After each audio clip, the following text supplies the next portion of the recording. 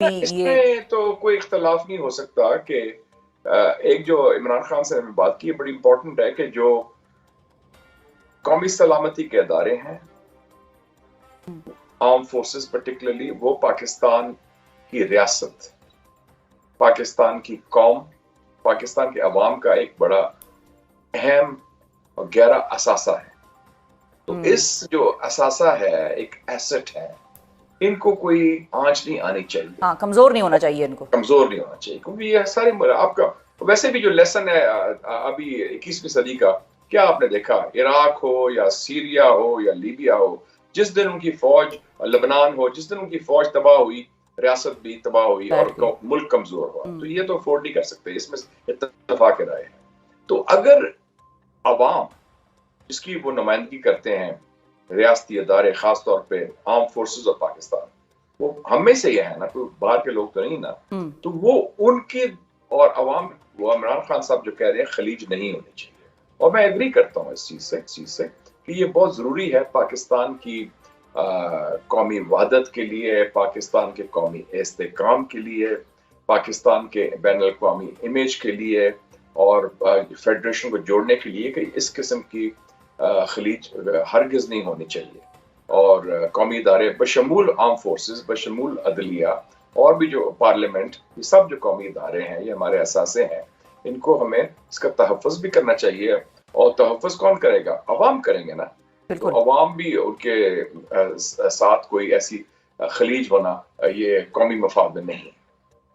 ٹھیک ہے. اچھا آپ کو لگتا ہے کہ دوسری طرف سے جواب آئے گا؟ میرے خیال میں جواب ضروری نہیں کہ وہ بھی پبلک آئے گا. اس کا جواب کا اور طریقہ بھی ہو سکتا ہے، کوئی کوائٹ واٹس ایپ میسج بھی ہو سکتا ہے، کوئی پیغام سرائی بھی ہو سکتی ہے پرائیویٹلی جا کے، ادر میڈیمز، ادر مین سے ہو جائے. جواب بھی کئی طریقے ہیں، وہ سگنل ہو سکتا ہے، کر سکتے ہیں. تو میرے خیال میں مجھے جو خوشی ہے کہ کم سے کم یہ روابط تو بحال ہوئے ہیں نا، کہ یہ گفتگو کر رہے ہیں. لیکن آپ کو اور ہمیں تو خوشی ہے، حکومت کو کوئی خوشی نہیں ہے. حکومت کو تو ٹینشن پڑ جاتی ہے جب وہاں پہ کچھ ہوتا ہے. حکومت کہتی ہے بھائی یہ ڈیل کر رہے ہیں، دیکھو یہ اینٹی اسٹیبلشمنٹ کبھی ہیں ہی نہیں، تھے ہی نہیں، ان کا وہی نظریہ ہے اور یہ انہی کے کندھوں پہ آنا چاہتے تھے اور انہی کے کندھوں پر آ جائیں گے دوبارہ سے. ٹھیک ہے جی، وہ تو اپنی سیاسی بیان بازی اپنی جگہ. میں تو حکومت کا میرا ایشو نہیں یا کسی پارٹی کا، میرا ایشو ہے پاکستان اور پاکستان کا استحکام. اور جو پاکستان کے مفاد میں ہے میں وہ بات کروں گا ایز اے پاکستانی. تو ایز اے پاکستانی جو 25 کروڑ پاکستانی کو تشویش ہے کہ ملک سنبھل نہیں رہا، ایک چپکلش چل رہی ہے، تکرار، تصادم اور تصاد کی سیاست چل رہی ہے اور ہمارا ملک انسٹیبل ہے، اس کی وجہ سے دہشت گردی بھی بڑھ رہی ہے، اس کی وجہ سے انویسٹمنٹ نہیں آ رہی. تو لوگ چاہتے ہیں معاملہ سیٹل ہو، جیسے میں کہتا ہوں ہیلنگ ٹچ دیا جائے، دست شفا ہو، تاکہ معاملہ سیٹل ہو. اور سیٹل ہونے میں کلیدی کردار جو ہے وہ ہے کہ قیدی نمبر 804 اور گیٹ نمبر 4 کے درمیان جو فاصلے ہیں وہ کم ہوں اور ان کی آپس میں گفت و شنید بھی ہو اور ان کی مفاہمت بھی ہو. 4 کا بڑا زبردست لاکھا صاحب کا آپ نے ملایا ہے. آج آپ میں تو فیکٹس کی بات کر رہا ہوں کہ وہ بھی 804 ہے اور گیٹ نمبر بھی 4 ہے. لیکن یہ جو انگیجمنٹ ہے قیدی نمبر 804 اور گیٹ نمبر 4 کی، یہ آپ کو ڈاؤن دا لائن ہوتی ہوئی نظر آتی ہے؟ میرے خیال میں جہاں تک میرا مطالعہ جغرافیہ کا، تو یہ کوئی فاصلہ بہت دور نہیں ہے.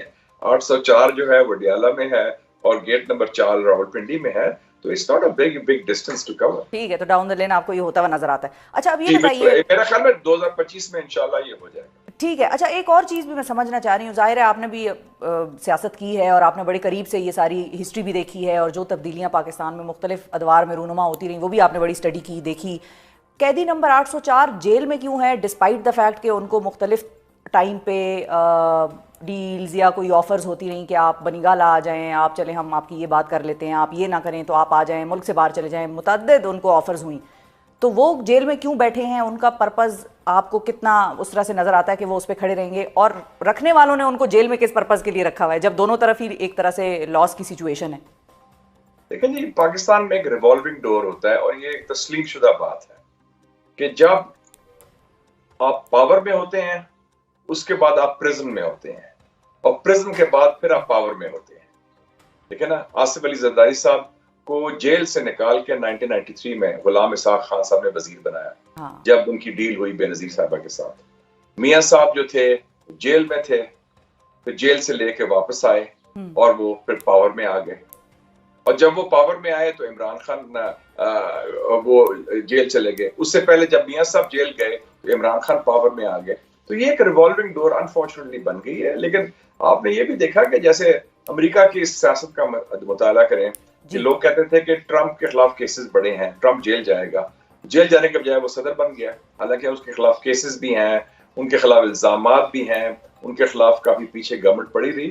تو یہ ایک سیاسی لیڈر کا پاکستان کے ایک افسوسناک پہلو بھی ہے, امتحان ہوتا ہے. اب جتنے جو ہمارے پرائم منسٹر ماضی میں رہے ہیں, تو اس دفعہ مشاہد صاحب جو سوال ہے وہ یہ ہے کہ جتنے پرائم منسٹر رہے ہیں پاکستان میں ابھی ماضی میں, میاں نواز شریف, شہباز شریف, شاہد خاقان عباسی, عمران خان, یہ سب جیل سے ہو کے آئے ہیں. اس سے پہلے یوسف رضا گیلانی وہ بھی جیل سے ہو کے آئے ہیں, آصف علی زرداری وہ بھی جیل سے ہو کے آئے ہیں. تو یہ لگتا ہے کہ پاکستان میں افسوس ہے کہ جیل کا وہ پاور کا راستہ جو ہے وایا پریزن ہے. وایا پریزن ہے. تو پھر اہم سوال تو پھر یہاں پر یہ ہوا کہ مشاہد صاحب آپ کو یہ لگتا ہے کہ آنے والے وقتوں میں جب ہم کہتے ہیں کہ 2025 میں یہ انگیجمنٹ بھی اور اسٹرانگ طریقے سے ہوگی تو یہ ریوالونگ ڈور جو ہے وہ بھی ایک حد پہ جا کے رک جائے گا اور پھر ریوالونگ اس کی سچویشن جو ہے وہ ختم ہو جائے گی فار ایور؟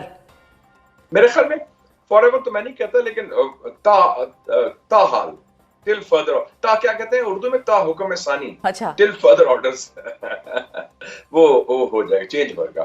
کیونکہ یہ چینج ضروری بھی ہے. ملک میں دیکھا نا شفا صاحبہ, پچھلے 7 سالوں میں 7 وزرائے اعظم آئے, 2 سافٹ کوز ہوئے. ایک سافٹ کو 2017 میں میاں صاحب کے خلاف ہوا جس میں عدلیہ شامل تھی.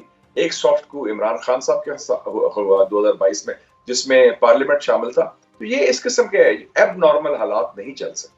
اچھا, اور ظاہر ہے ان سارے سیاستدانوں کی جن کا آپ نے بھی نام لیا کہ جن کا پریزن سے ہو کر ہی واپس پی ایم آفس تک راستہ بنا, وہ ان سب کی بعد میں سیاست شروع ہو گئی اینٹی اسٹیبلشمنٹ. اور میاں صاحب تو خیر ایک بڑا ان کا موڈ مزاج سیاست میں اسی حوالے سے یاد رکھا جائے گا. لیکن اب کیا ان کو ایسا کردار نہیں آپ کو لگتا ادا کرنا چاہیے تھا کہ وہ اس لڑائی میں عمران خان کے ساتھ مل جاتے؟ تو میں نہیں کہہ سکتا. میرے خیال میں ہر ایک کی اپنی ترجیحات ہوتی ہیں. دیکھیں نا ان کو بھی وہ میں نے دیکھی تھی, یا عمران خان صاحب ڈائریکٹلی خود ان سے رابطہ کر لیتے؟ دیکھیں جو میں نے I am a fan of ہالی ووڈ موویز. اچھا. اور ایک میں نے فلم دیکھی تھی the God father, Marlene Brando کی. Marlene Brando God father mafia باس ہوتا ہے. اس کے 3 پارٹس ہیں ویسے مشاہد صاحب, آپ کو کون سا والا پارٹ؟ ہاں جی, میں فرسٹ پارٹ کی. اچھا اوکے. فرسٹ پارٹ میں اس نے اپنے لائر کو کہتا ہے کہ make him an offer he can not refuse. ایک آپ ایسا آفر دیں جو وہ نہ کر سکے. اگر آپ کو آفر دیا جائے کہ آپ کے بھائی وزیر اعظم ہوں گے, آپ کی بیٹی وزیر اعلیٰ ہوگی, آپ کے سارے کیسز ختم ہو جائیں گے, آپ کی پارٹی کو اور آپ کو کھلی چھٹی دی جائے گی, آپ جلا وطن بھی تھے, آپ جیل میں بھی تھے, تو آپ کہیں گے یار یہ تو بڑا اچھا آفر ہے, میں قبول کیوں نہ کر لوں. تو اس میں پھر وہ آپ کی ترجیحات پھر وہ ہوتی ہیں, وہ پرائرٹی میں آتا ہے. تو اس میں پھر کہتے ہیں دیکھیں جمہوریت کو بعد میں دیکھ لیں گے اور باقی چیزیں بعد میں دیکھ لیں گے, پہلے تو یہ آفر ایکسپٹ کریں نا. تو یہ میرے خیال میں میاں صاحب کو بھی یہ آفر بالکل صحیح ہے. لیکن اس کا وہ ایک مجھے ایک اور بھی یاد آ گیا, 3rd پارٹ کا اسی فلم کا ایک اور بڑا مشہور ڈائلاگ کہ don't hate your enemy it blinds you.